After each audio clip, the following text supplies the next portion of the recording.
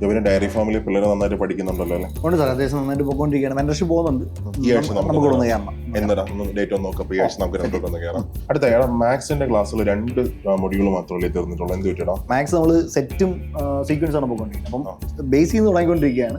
സെറ്റാണ്. വിജയ് സാർ ഇപ്പം പ്രിപ്പയർ ചെയ്തുകൊണ്ടിരിക്കുകയാണ്. വിജയ് സാർ പക്ക ആയിക്കൊണ്ടിരിക്കുകയാണ്. വിജയ് സാറിനോട് കയറും. അതായത് നമുക്ക് സ്പെഷ്യൽ ടോപ്പിക് അല്ലേ മാക്സിമം ഫസ്റ്റ് മൊഡ്യൂൾ കഴിഞ്ഞു. അങ്ങനെ നമ്മൾ പ്ലാൻ ചെയ്താൽ തിങ്കൾ, ബുധൻ, വെള്ളി 3 ദിവസം മാത്രമേ ക്ലാസ്സസ്. ബാക്കി ഇടയ്ക്ക് വരുന്ന ഓൾട്ടർനേറ്റീവ് ഡേയ്സ് എല്ലാം ടെസ്റ്റ് പോയിക്കൊണ്ടിരിക്കുക. ഓക്കെ, വീണ്ടും നോക്കാനായിട്ട് പറയുന്നുണ്ട്. സെറ്റാണ്.